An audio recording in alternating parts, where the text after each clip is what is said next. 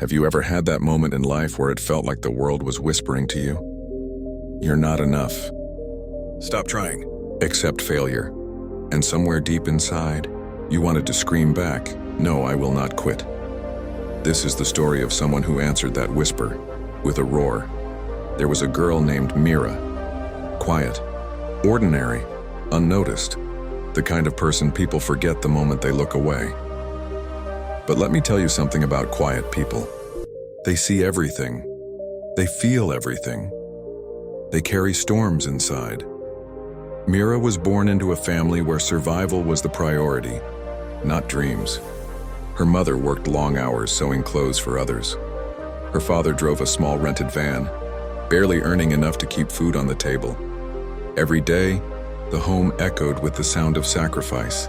Not comfort, not laughter, not dreams, just survival. But inside Mira, there was something unexplainable, a deep hunger to change everything. From a young age, she wanted to study, learn, grow, build something meaningful. But life did not make it easy. Her relatives would say, "Girls don't need big dreams. Just learn to manage a home. Don't try to fly too high." They didn't say it to hurt her. They said it because they believed it themselves, but Mira didn't argue. She didn't fight. She simply listened and quietly promised herself, one day, they will see. At school, she wasn't the top student.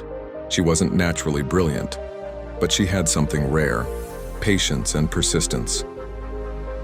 Where others studied for 1 hour, she studied for 3. Where others gave up after failing once, she tried again and again and again. But life, as always, had its own plans. When Mira was 16, her father's van met with an accident. He survived, but he could no longer work. And suddenly, all the weight of the house fell on her mother. Bills piled up. Food became less. Dreams became distant. Mira looked at her books, and then at her mother's swollen, tired hands. That night she had to choose, continue studying or start working. She closed her books, because she gave up, but because sometimes you must pause your dream to protect the ones who made that dream possible. Mira started working in the same garment shop where her mother stitched. Clothes, long hours, low pay, no praise, no recognition, just endless work. Every day, she stitched other people's future while hers remained on hold. Yet every night, when the world slept, Mira studied, even when her eyes burned, even when her hands were swollen, even when her heart whispered, "Maybe this is it." She answered, "Not yet." Life didn't stop testing her. Some coworkers laughed at her. "Reading won't save you here. People like us don't get to dream." Others mocked her. "You think you'll become something great? Look at your life." But Mira didn't respond. Because when your purpose is clear, noise becomes irrelevant.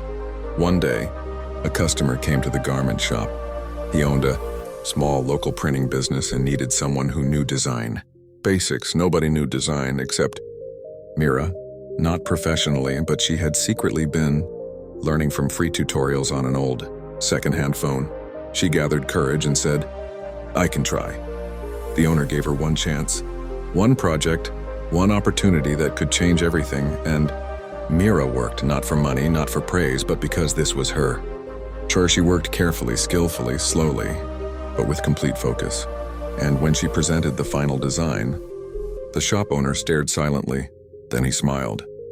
"You did this?" Mira nodded. "You're hired." For the first time in her life, someone didn't look at her with pity. They looked at her with respect.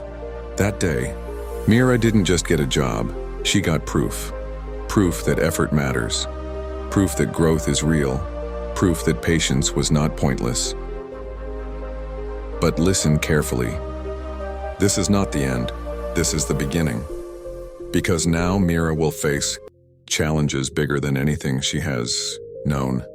Jealousy, competition, pressure, expectations.